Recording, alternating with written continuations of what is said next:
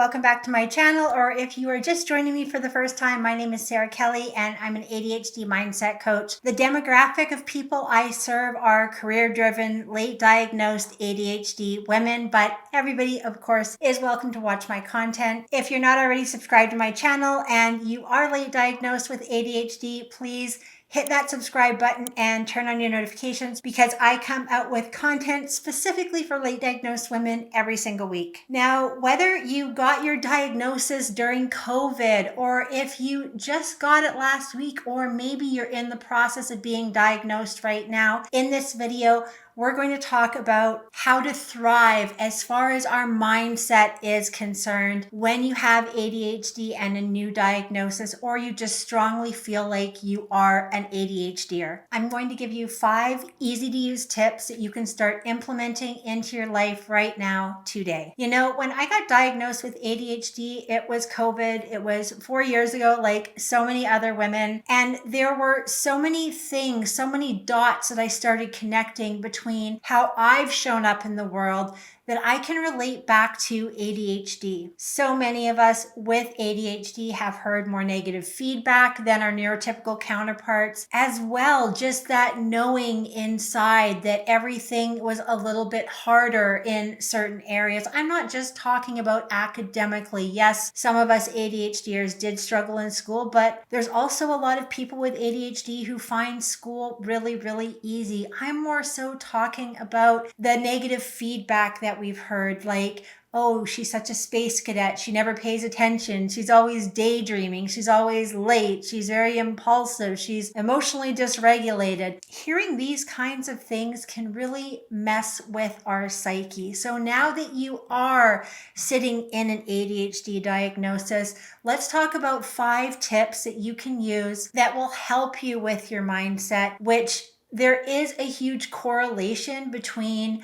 our mindset being cool, calm, and collected, and our ADHD symptoms being lessened versus us being really hard on ourselves or emotionally dysregulated, and that making our ADHD symptoms worse. The first tip is to embrace imperfections. Are you an ADHDer like myself who struggles with perfectionism? And there's a few different kinds of perfectionism, and it really comes down to task initiation and task completion. So front-end perfectionism might make it so that it's hard for you to start a task unless everything is absolutely perfect. Your environment, your mood, feeling like you have a full plan moving forward. Front-end perfectionism can really lead us to procrastinating, and then we start being hard on ourselves because we're not starting something when we should. Maybe the pressure starts thickening because a deadline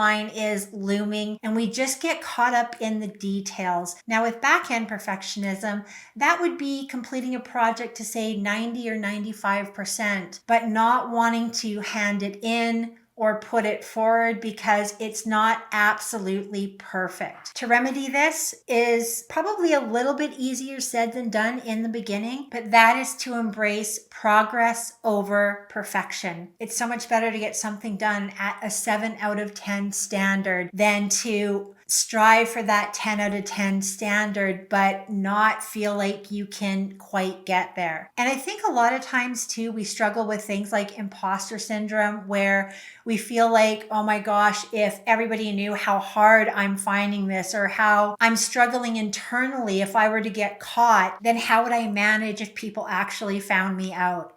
Embracing progress over perfection and realizing that you deserve the seat at the table that you have. You've earned it. You're not an imposter. You don't have to show up perfectly. Showing up to the best of your ability is enough. It's gotten you this far. I think a lot of us too struggle with things like perfectionism because we are habitual people pleasers and we don't always have good boundaries. And a lot of us struggle with rejection sensitivity dysphoria, especially in the workplace. It can be really hard. So we feel like we almost have to come at things with that much more effort, but we don't. So much of the nonsense that we tell ourselves in our head when we're having our internal chatter is really nonsense and challenging that little voice in your head when she's not being nice to you can be really, really cathartic. Accepting that mistakes will be made along the way and that's part of the learning process really is inviting that growth mindset to help stray away from perfectionism tendencies. Number 2 is practicing self-compassion. And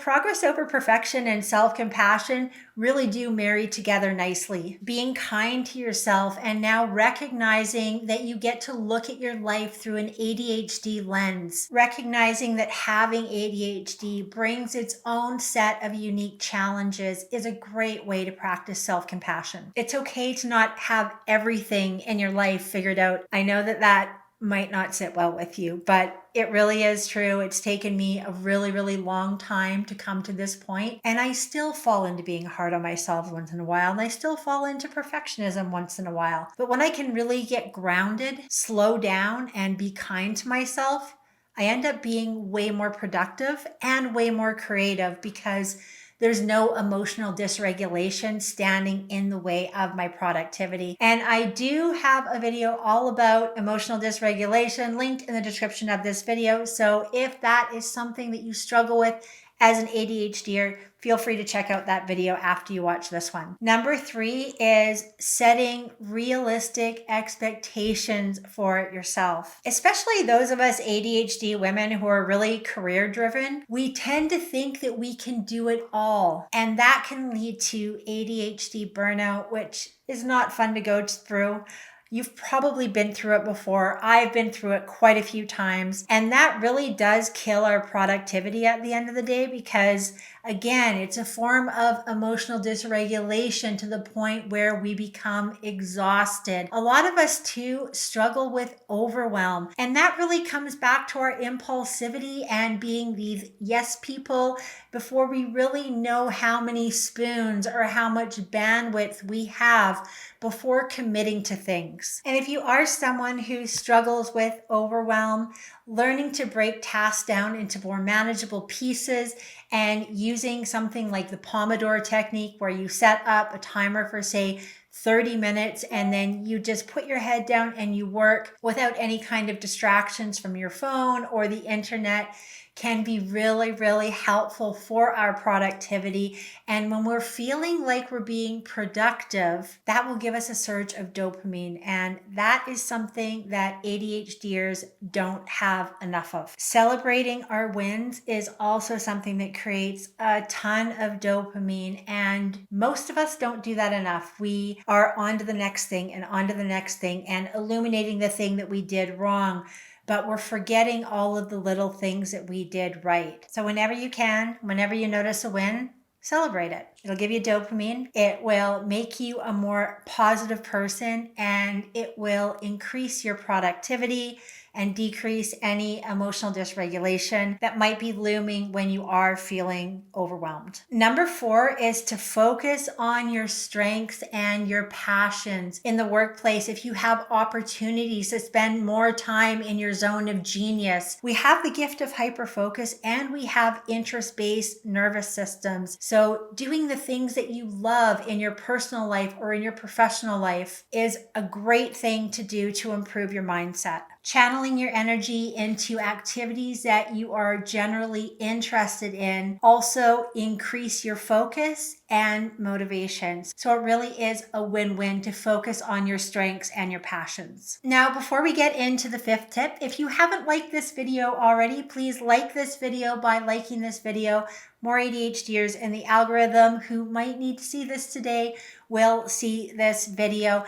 And if you are looking for a lifetime membership mindset coaching program geared towards late diagnosed ADHD women, I am taking on new clients right now.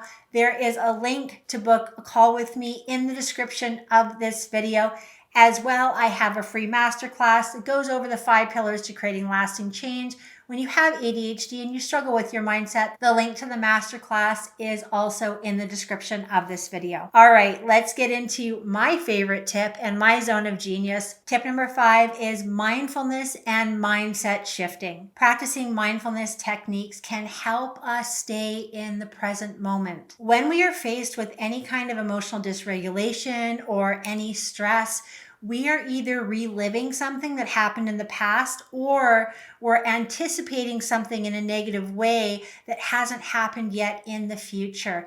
The more we can try to be in the present moment, the less we're in that emotional brain that sometimes takes us on unpleasant ruminations. I love practicing mindfulness when I start feeling anxious or overwhelmed. And to do that, you can really just sit in a chair and take 5 minutes to notice different parts of your body. You can close your eyes or keep your eyes open and maybe just have a dull gaze at something on the wall in front of you and just start feeling different parts of your body. Feel your feet touching the ground. Feel your shins, your thighs, your butt touching your seat, your back against the chair. Feel yourself breathing in and out until you get all the way to the top of your head and the tips of your fingers. It is virtually impossible to be thinking about the past or the future when you're paying attention to how your body feels. Give it a try and let me know how it works out for you. A lot of people with ADHD struggle with rigidity, all or nothing thinking. Everything's really great, everything's really bad.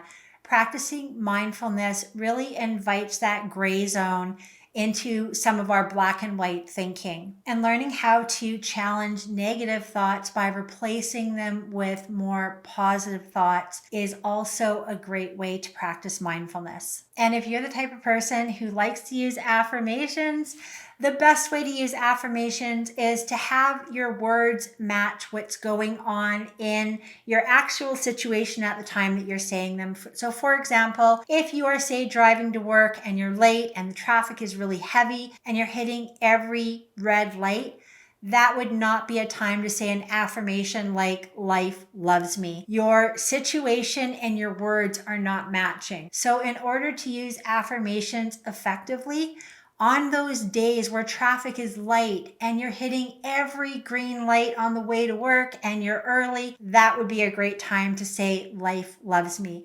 You know, we're so quick to complain and to bitch when we are hitting all of the red lights, but it's not too often that we get excited or happy or feel grateful for the green lights. So when you're using affirmations, start noticing little tiny things that are going right for you and express gratitude or your affirmation during that time. That is the essence of neuroplasticity and how to retrain your brain. Thank you so much for watching this video. I hope you enjoyed it. If you're not already subscribed to my channel yet, please do that and turn on your notifications. Like this video, comment, book a call with me if you're looking for coaching, and I will see you next week in the next video.